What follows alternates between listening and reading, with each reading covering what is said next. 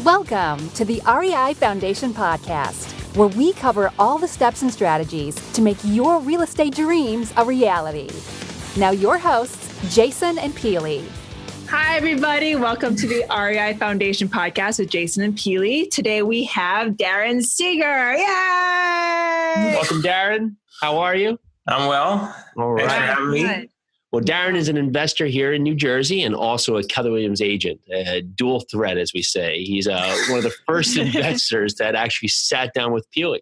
Yep. And he was beyond inspirational and really a Kickstarter for a lot of what she was doing, a lot of what eventually. Yeah, I remember Darren's first lesson, and the best lesson that I could have had coming as a first-time investor, talking to somebody that's been in the business for a while, was on value add. And we'll get into that more later. So thank you so much, Darren, for joining us. My pleasure. Thanks for having me. Awesome. So we always like to just start with a quick intro of how'd you get started in real estate? I got started in real estate from a standpoint that I went to university later on in life compared to others.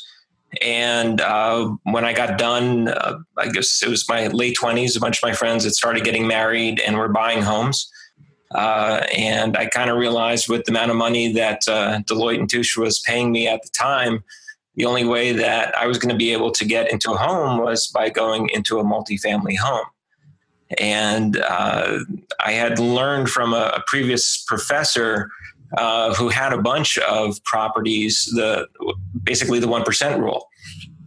And he went into detail about how it is that, you got to make sure you need to get at least 1% of the purchase price every single month, or else there's a good chance the property will actually lose money in small multifamily. Now, I know there's a bunch of people you've probably spoken to that there's, the 1% rule, there's the 2% rule, and, the 3% rule, whatever the heck there is. And obviously they're all rules of thumb.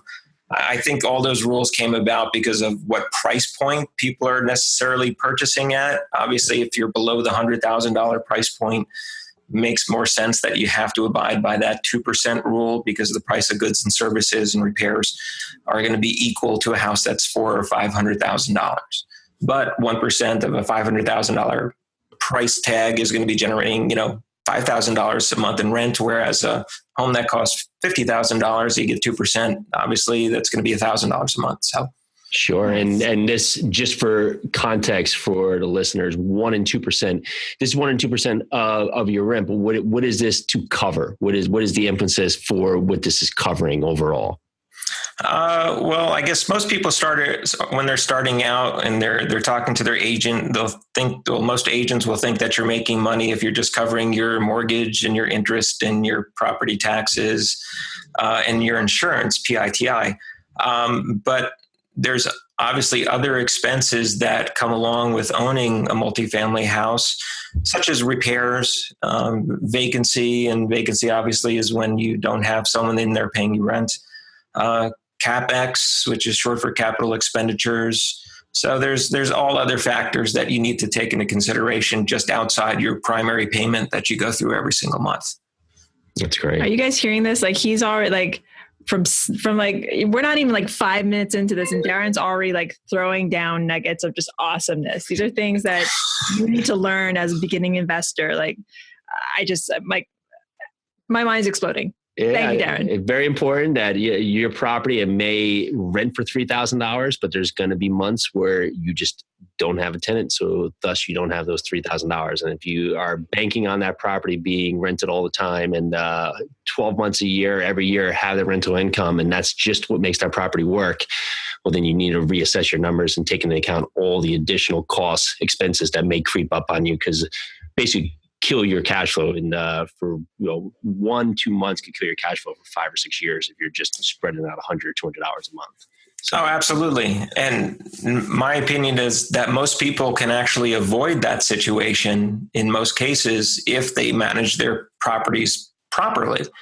And that really has to come down to understanding who their client is for those particular properties and managing your lease.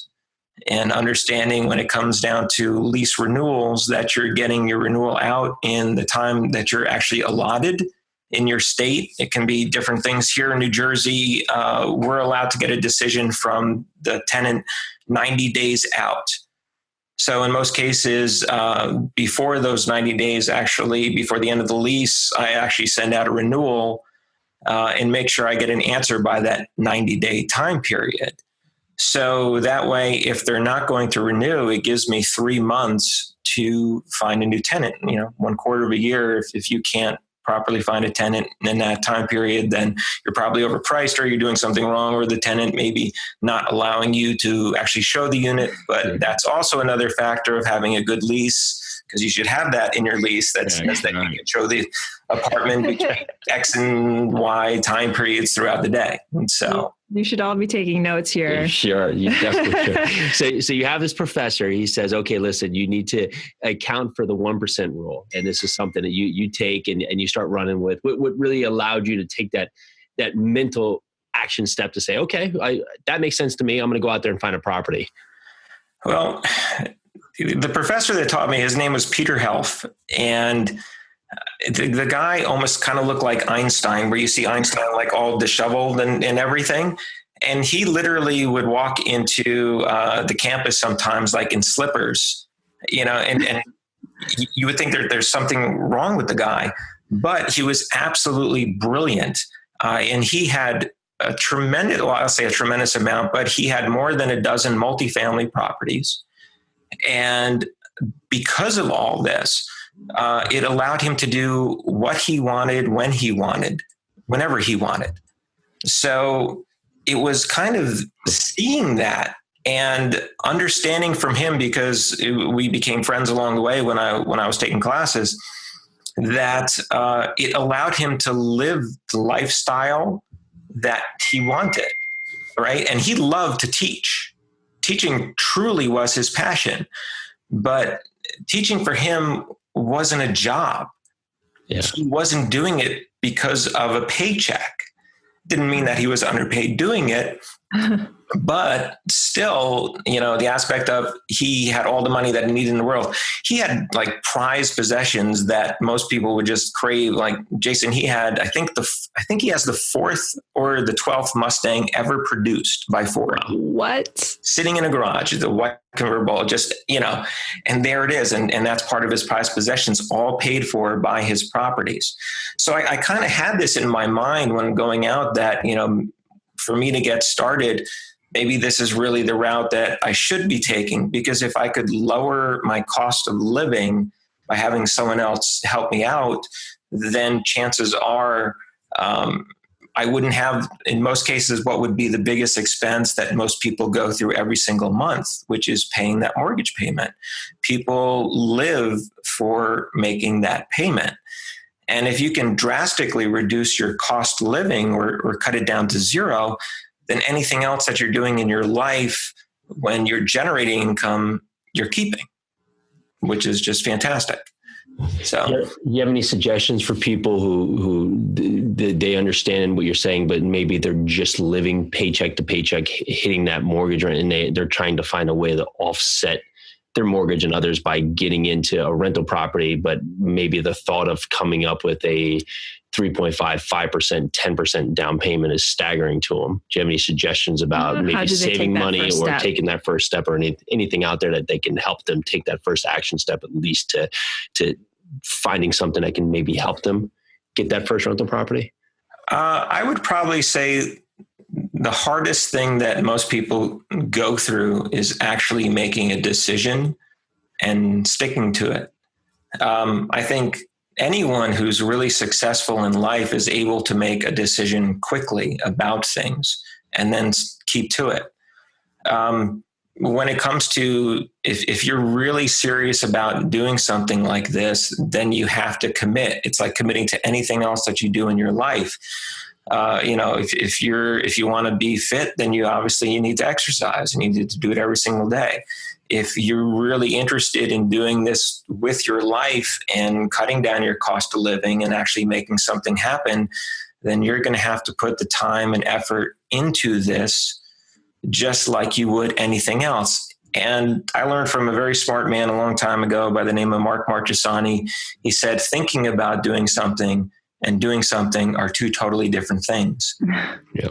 So you can spend a lot of time thinking about it, and you may believe inside, because you're thinking about something all the time, that you're actually doing something, but you're not.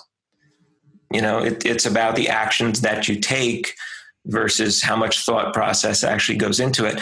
That doesn't, diminish the fact that you obviously need to talk about these things, or think about them and how you're going to do it.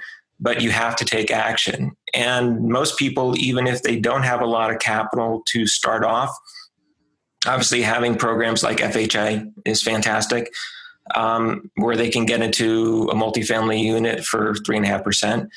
But there's other things that they can do to create additional sources of income and also learn the business along the way. You can go to a RIA or other meetups. Try to find a mentor who's doing something like you guys. You guys are obviously kicking butt, and you're putting together a team that's both beneficial to obviously you, because you only have so much capacity. And now you're bringing other people, you're teaching them skills, and you're giving them an opportunity to make income with you along the way, which then can go and get them into their own property. And anyone can do that anywhere. Taking action. Yeah, that's great points. And we talk about a lot is that people, they find so many things to fear that have not happened yet, and as reasons to stop them. Like, well, what if I get a property and I can't find a tenant? Or what if I get a property and I have a tenant and he buys a bunch of stuff and the whole house is full of stuff, and they'll find a million different reasons why absolutely it just may happen that I don't know if I can do it.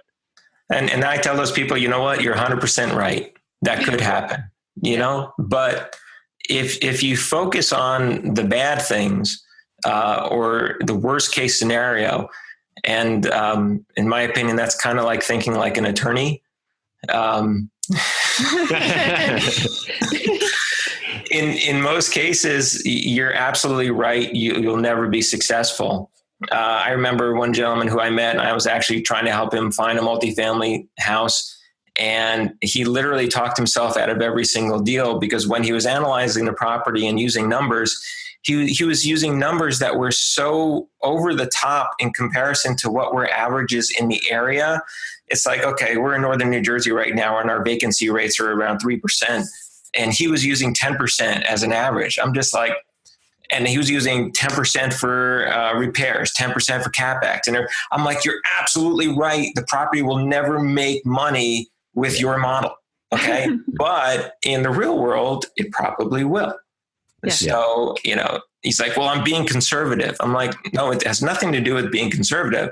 I'm like, if average is 3% and you're using 5 or 5.5, I said, that's being conservative. But, more than tripling the number, I said, that is huge. Yeah, exactly. So I said, no matter what, you're right. The numbers will never work on this property, and they won't work on any single property.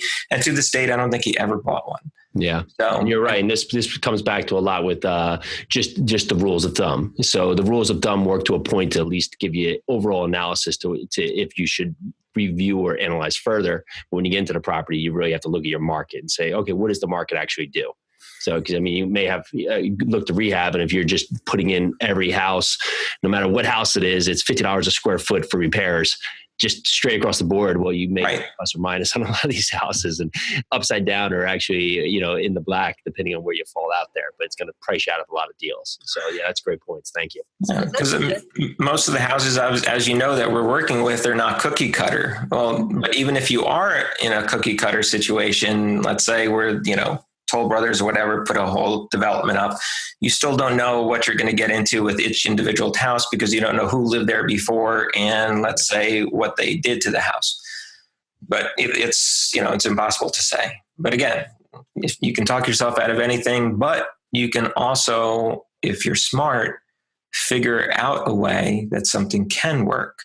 And I know Brandon Turner's always, he pounds on this multiple times through Bigger Pockets. It's like, your brain has to be set in the fact of how can you get this done versus how can't you?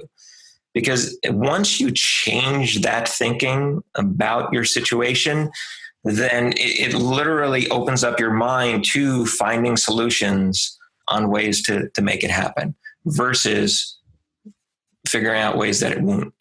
And so, that's amazing. Living your life in the can. Yeah. Thank you so much. Let's switch gears a little bit. We're going to still follow the same train of thought, though. So you were talking about clients that you're working with. So, and as we explained before, Darren is also an agent with Keller Williams. So let's talk about like an investor-agent relationship. Why did you decide to become an agent as an investor? I was investing for more than a decade before I got my license. Mm-hmm. I found out that no matter what it was that I was trying to do in finding a property, that the agents that I found just didn't understand my methodology and my thought process. Most agents that are out there are focused on the residential marketplace, mm-hmm. and they're not investors themselves. So they don't understand what it is to take a risk and, put your money on the line. Again, they have that thought process. If you're making money, if you're just paying for your PITI and that's it. So I literally couldn't get the service that I was looking for. And hence that's the reason why I got my own license. So you became your own service. Yeah. And I didn't do it though to serve others. Mm-hmm. I got it strictly for selfish purposes. It would give me access to the MLS, and I probably wouldn't have gotten my license if there was an agent like me out there that I had found. It would have probably, stopped that from happening. But the crazy thing is, Darren, you do serve others. You created the very agent that you were looking for. So let's go a little bit into that, because you're actually working with other investors and helping them not only to learn, but to get their first properties. And I guess maybe you could talk on, so I see it like the one way. I mean, Peely's an agent, I'm not, but when I speak to other agents and maybe they don't understand the investor mind track, or they think that, we're just going to go in there and throw, bottom dollar offers. What we're trying to put in is we have a formula. And if you have stuff in this formula, we're not going to buy one, we're going to buy multiples. So you can work with us. We can try and make it as easy as possible for you. Or, that retail buyer, you may sell them a house every 7 years. So, so it could be repeat, could make it easy. And there's some like yourself who have investors that will buy multiple houses. And I'm sure that's definitely an advantage. Oh, it's definitely an advantage. But again, it wasn't my thought process in getting my license to do this. It was actually a friend and a neighbor who kind of pushed me down the path of going this route. And it was the fact that they were going to go sell their property, their primary residence. And his wife was actually working for another real estate firm other than Keller. And she thought she knew, based upon what other agents were telling her, what the value of their home would be at that time. And when I heard it, I was just like, that didn't make sense to me. I thought the value of the house was much better. And at the time I had my license. So I did some research and I knew their house well, been in and out of it multiple times. And I kind of felt that they were undervaluing the house by about $500,000 to $600,000. Wow. And my friend was just like, well, how's that the case? Well, I said, well, if you do X, Y, and Z, if you make a couple changes, some updates to the house, it would bring you at a level based upon a whole bunch of other comps that had sold. And the house was very unique. It was a very big piece of property, which was walking distance to the train station in Summit, New Jersey. And they were just like, about how much would it be to get this done? And it was about a 6-figure budget to make the improvements. And they said, okay, go ahead and get it done. So I did. And his wife was a little bit nervous about my purchase price, or the selling price, the after repair value. She thought it was a little bit aggressive and they definitely had to make their move. So I negotiated with her, like dropping the price by $100,000 from 1.8 down to 1.695 to make it seem a little bit nicer versus the number where she wanted it out at 1.5 after the repairs. And I was just like, I'm not going to leave money on the table. That's too much money to be left. So she agreed. And then I also said, if we are going to get an offer in 2 weeks, I said, we'll drop the price by $100,000 to make sure the house sells. So needless to say, long story short, we had an offer within 2 days. And I negotiated with one buyer and got above the asking price. Nice. And they were very, very happy. And my friend came back to me and he said, you're doing the wrong thing right now. He's like, you should be working with other investors. And that's how you should be utilizing your license. And I was just like, Yeah. Okay. So Dave planted the seed in my head about doing that because it really wasn't my focus. And he's like, you have the experience, you've been a landlord for a number of years now, and this is the route you probably should take. And it was great advice. So. You said two things in there. One, I guess, was about sold comps, using sold comps to be able to help you with your ARV, and the other bit about timing. Maybe you could just touch on that for people. Just why are you not, like, if someone lists a house in the street and just went on the market, why are you not using that as a comp? Why are you using sold comps, and where is the time frame that you usually look for your comps? Well, the reason why you're strictly looking at sold comps versus what's on the market is because that anyone can price a house at any amount that they want. You can price a house at $100 million, but at the end of the day, it's only worth what the market will determine it to be.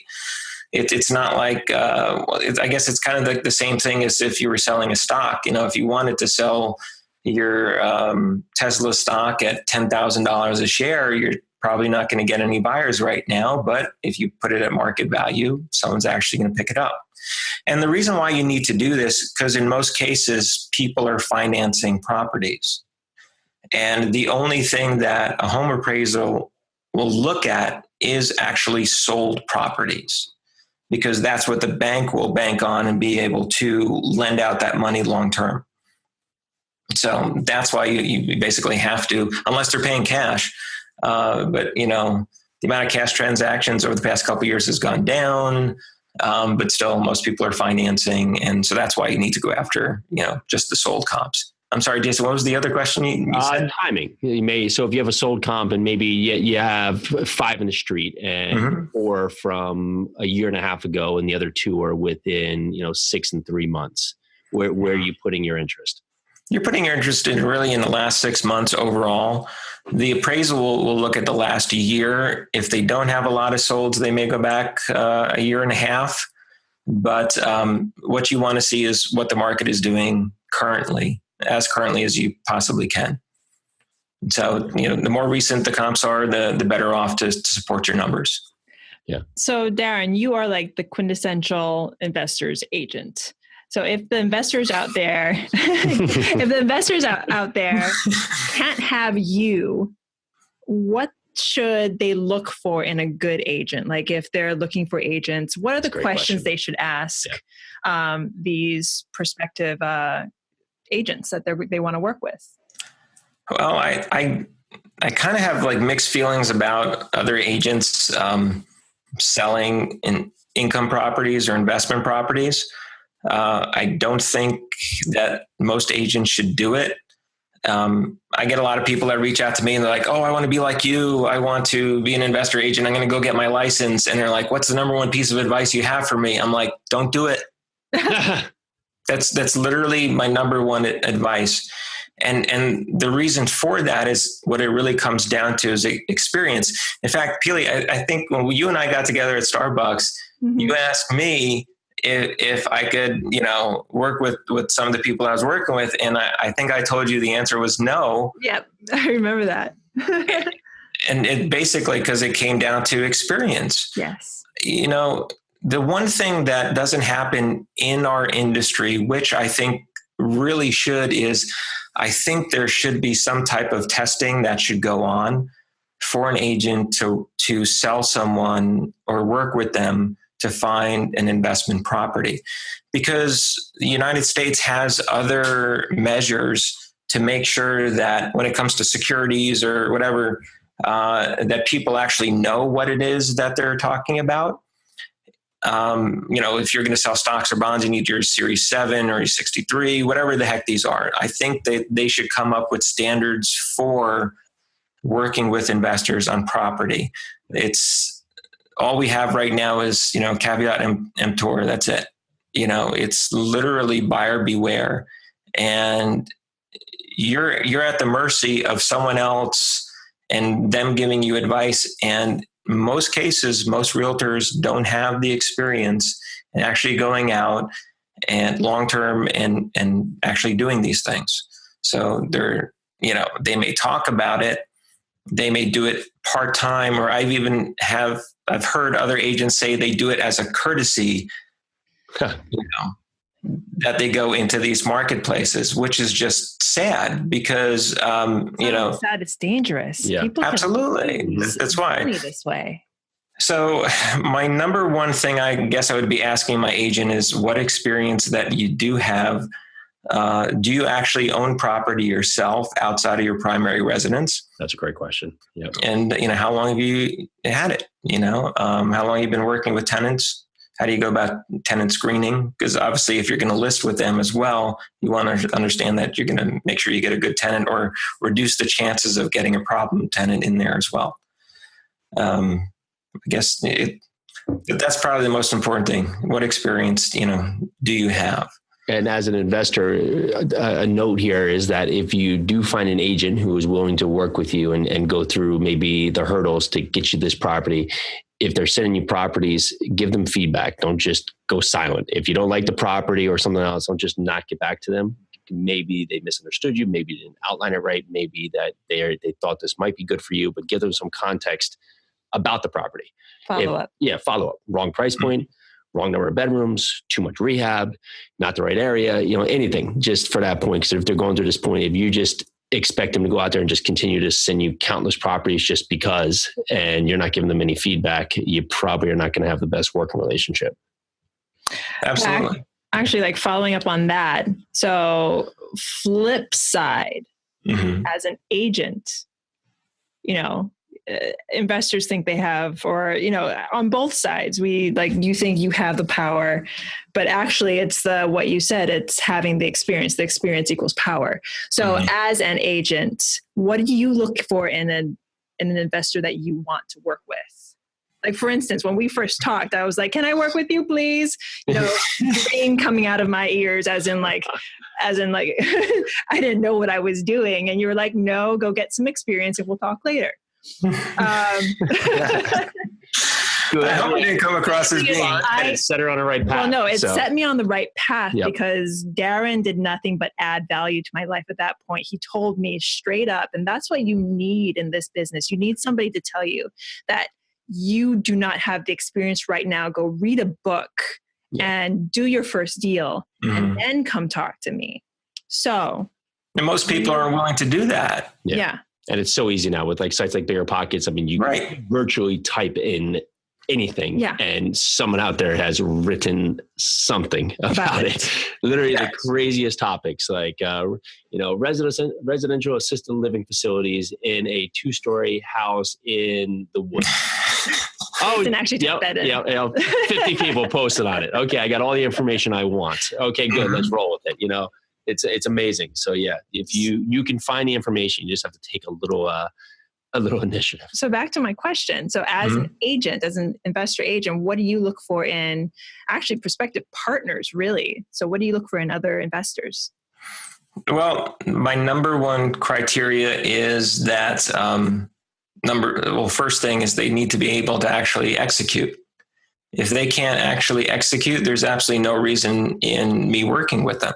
Yeah. So I vet them out, and I learned this the hard way by actually believing in people saying that they were going to do something or they had the ability to close. So, I learned my lesson. So pretty much now, if you say you're a cash buyer, then you actually have to prove your assets that, within the price range that you say that you can purchase at. If you're going to finance, I generally now, because the market has gotten so competitive, don't really put much value into a pre-qualification letter. They're called pre-approval letters, and they're the same thing as the pre-qualification letters that existed before the bubble. They're one piece of paper, and to me, it's junk. So if someone's really serious, I actually make them go through a full approval and actually get a loan commitment to be determined. Nice. So otherwise, I'm not going to take them out because my time is valuable. I also let them know at this point too, I have an absolute minimum price point that I work at with a commission level. And I did that recently because I found myself, chasing properties for people that said they were in one price range, and then they had me hunting down market, and it just wasn't worth my time, to be working on a house that was, selling for $200,000. So now I have buyer's agreements and minimum amounts that I'll work at. And if they don't sign them as well, then I'm not going to work with them. Yeah. So fair points. You have to work for your value. So that's great. Yeah. Your time is worth something as well. And I explain that to people too. And so they're trying to make money, right? That's the sole purpose of a real estate investor. They're out there to try to make money. And sometimes they seem upset that you don't want to go chase down a $50,000 property in Newark, New Jersey for them. And when you explain to them how much money you will actually take home at the end of the day after you're split between you and your broker, and then you obviously got to pay taxes on it and everything else like that. It's like, am I really going to go run around for a few $100s? No. Yeah. So did I answer that question properly? I don't know. You did. Yes, you did. Again, huge value add. Agents, investor agents, you should all be listening to this and taking notes from Darren, because this comes from experience. This comes from it's an agent niche that is hard to find, and not many people focus on it, and that's why it's important. Because a lot of agents will say they work with investors, but maybe the concept or the context of what they're actually think they're doing is not always the right for them and right for the investor. Mm-hmm. So when you have someone who's strictly focused to get you a property, and that property is going to either work as a flip for you to meet your returns or as a cash flow property, well, that's really important. So thank you. That's great. Yeah. Another question you can ask them is what percentage of their business is actually residential and what percentage of their business is investor? And look at it not just, let's say, over the last 6 months, like we're looking at sales comps, but look at it over the past couple years. So I think 99% of all my sales and deals that I've done in some way, shape, or form since I got my license are working with investors. Huh. Oh, and note for investors out there, you can ask the agent for their sales history. Sure. They should have it. Mm-hmm. They'll have it. They can take it off the MLS, give you examples of what they've sold over the past few years. That's a good point. Yeah. That's great advice. So what's something you're working in your business right now to improve or do better? Finding an assistant. Can't have ours. Sorry. Absolutely finding an assistant, because I get bogged down in, I guess, smaller things that are tedious, and it doesn't allow me to do the things that really I'm best at. So I've had a very difficult time in trying to find a good assistant, and still working on it. Hopefully that'll happen at some point too, soon in the future. So where can people send resumes? Where can they send? Well, I guess, it's a great question. I'm half kidding, but hey, you might find the perfect person might be listening right now. We have a lot of people in New Jersey listen to the show. No, I'm sure you put a link to my email address somewhere. This is a big contributor on Bigger Pockets, and he's on there regularly as well. So with something of failure that you can learn something from in real estate that you look back on and say, well, that sucked when it was happening, but it helped me get to where I am. I probably would say is trusting too much in other people, that they'll actually keep their word on agreements that you make. It's a funny thing when money is involved in the situation and the stresses that, you can be put through, or not just stresses from, let's say, if you're being pinched in some way, shape, or form, but when it comes to success as well. I think people in most cases are greedy. And when they actually see success, they want to grab it and then maybe not share it in a way that they agreed to in the beginning. So I've just found, you find all different types of people in the real estate world, because obviously everyone needs a place to live. So there's great people in this business, and I've been absolutely blessed in meeting a number of them. And I've also come across a bunch of real winners. Winners as in not so much, the winners. Yeah. So they're all out there. So just, beware, put as much down in writing as you possibly can, and cover yourself in that respect. And so even if it's just a one-page thing, and understanding what the spirit of what it is that you're trying to do. Yeah. Even though here in New Jersey, verbal contracts are legitimate, it's still tough to back it up. So, put it down, get it down in writing. What would you say your why is for doing all this? Big why. Big why. I would probably say it was seeing other people in their life and having the mentality growing up. I guess I grew up in the 80s, and I guess this is times where movies like Wall Street came out and things like that. And everyone kind of had the sense of they're going to make a ton of money in the market, or you're going to go work for Merrill Lynch, you'd be a broker, or you need to have a huge brokerage account. But at the end of the day, I think we were kind of pushed in that direction because of the fact that those businesses actually were trying to make money off the American public by having all those assets under management. So the reason why I did this was I felt that if I had a constant source of, let's say, cash coming in the door, I would never have to worry about the fact that I would need such a big number somewhere in some account that I can go and look up on the internet, or back before the days that the internet was just around, right? So my why was really to make sure that no one could ever come and put the pinch on me, so to speak, that I would have my own business that I could rely upon, and it would just continue to generate monthly income with me, basically. I'm not going to say on autopilot, because I don't think it's truly on autopilot, but I believe it's kind of like, getting your car up to highway speed and then maintaining it. Yeah. So as long as you do that, then chances are you can basically write it off the whole life. And then again, put yourself in a situation where you can go out and do the things that you want to do when you want, whenever you want. So that's great.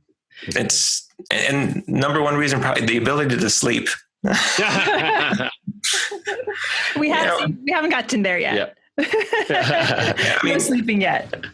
Well, think about this. Most people have a hard time sleeping at night because of financial stress. Okay. And if you can take that away, and chances are you're going to sleep better at night. And if you sleep better at night, you're going to put less stress upon your body and be healthier, and live a longer and more fruitful life, and be a more pleasant person too, by the way. There you go. So, Well, talking about living a longer and fruitful life, do you have a morning routine? Do you have something that you do every day just to promote your health and well-being that you could share with us? well, I generally wake up very early. I never used to be a morning person. But I've gotten now into the routine where I'm up usually anywhere from 4:30 to 5:30 every single day. The very first thing that I do, I will go down and make a cup of really, really good coffee. So in most cases, if I can, from Kona, Hawaii. So if possible. That's great. But after that, I find that I do really good work where I'm able to focus really quickly and get a lot of things done where you don't have a lot of distractions from the rest of the world who isn't awake yet. Then when the rest of the world is kind of getting ready for their 9-to-5 job, that's when I'll go now and I'll exercise and do that every single day. I've been That's great. trying to keep myself healthier. So yeah, that's great. Great morning routine. your work done early. do you see now your real estate business going? Like, what would you say is your end game? Do you have a number you're trying to reach in terms of property, in terms of cash flow, in terms of just comfort level? Like, where is something that you're targeting? A goal. I would probably say I definitely have a net number of what I want to achieve on a monthly basis. So definitely working towards that. And I don't think my number is probably in line with many other people's numbers. I know a lot of people think that you need, or at least you go on and you hear other people, they're like, oh, I want 1,000 doors. I want X, or they're thinking like crazy big, like Grant Cardone. And I don't think that you need that much in your life to have a phenomenal life. Okay. So I would rather have less versus a lot, because if you have less, then it's less personalities that you have to manage. Managing people is a very hard thing, and I can't say I'm the best at it. So the less people that I have to manage, the better for me. That's great. So yeah, my number that we're trying to achieve is netting around $25,000 a month. I think at the end of the day, if you can't have a phenomenal life, at $300,000 a year, there's something wrong with you. You're not going to be happy at any number. No. I don't think you're going to be happy even at if you're doing $10,000 a month, that's phenomenal money to be making off your investments. If you can't be happy with that number, something is wrong with you. It's not about, so in the end, it's probably more so in your head and getting your head straight about what's important in life. But again, you can be happy with less. If your cost of living again is zero because, you've basically paid off your properties using other people's money, by them paying the rent and then you paying off those mortgages, and you're making $10,000 a month net. I mean, how? Yeah. What, no worries. Yeah, you're going to be able to travel multiple times throughout the year. You're going to be able to drive the car that you really want to. You're going to figure things out. You'll shop at Whole Foods, never have to worry about cutting coupons or doing any of those things. That's great. So it's really up to you. And that's why I think, especially here in the New York metropolitan area, you don't need a tremendous amount of properties to actually hit those numbers. And then if you want to, let's say, go down south where it's warmer, the cost of living is even less. I mean, you're going to be doing even better. Yeah. So that's great. Well, you've given us so much. But before we let you go, could you give us a few words to live by? Like a quote you live by. Value add, the thing that we didn't touch on houses. The thing is, Darren, we did. This entire podcast was one huge value add. It's true. And if you want value add, Darren's been on a number of other podcasts where he's talked about how he adds value to his apartments to make them tenant proof, and other things that he does out there that help you along the way to make yourself a better property. It's going to last longer. And that can be heard by Darren and a number of other shows. Exactly. So. But yeah, thank you. Thank you so much, Darren. You've been amazing. Like I said, this entire podcast has been one big value add. Thank you so very much, Darren. Before we let you go, though. He's always trying to cut out early. Is there anywhere that if someone may want to reach out and say hello or have some questions or find out a little bit more about you, that they can reach out to you? They can find me on biggerpockets.com. It's kind of sad that even to this date, I don't have my own website. But my email address is my name, Darren Sager, yahoo.com. That, or they can find me on my Zillow profile you can find me there too. So that's amazing. Again, thank you so very much, Darren. Thank you very much, Darren. It's a pleasure. My pleasure. Again, thank you for having me. Of course. So this is Jason and Peely with the REI Foundation podcast with Darren Sager. Thank you so very much, and we will see you later. Bye. Bye now. Hi, everybody. Peely here from the REI Foundation podcast. Looking to rev up your wholesaling or house flipping business? Go now to houseflippinghq.com. Jason and I are part of a house flipping family, a community created by Justin Williams. Would we be where we are without him and without his community and his mentors? Probably not. Justin and his team basically handed us personalized shortcuts and exact strategies that have made us explode in today's market. So if you're looking to take the next step, go to houseflippinghq.com right now. Again, this is Peely from the REI Foundation podcast. Thank you so much for listening, and we are so grateful for you. Have a great day. Bye. Thanks for tuning into the REI Foundation podcast. Check back next time for more awesome tips and strategies to launch your new you in real estate.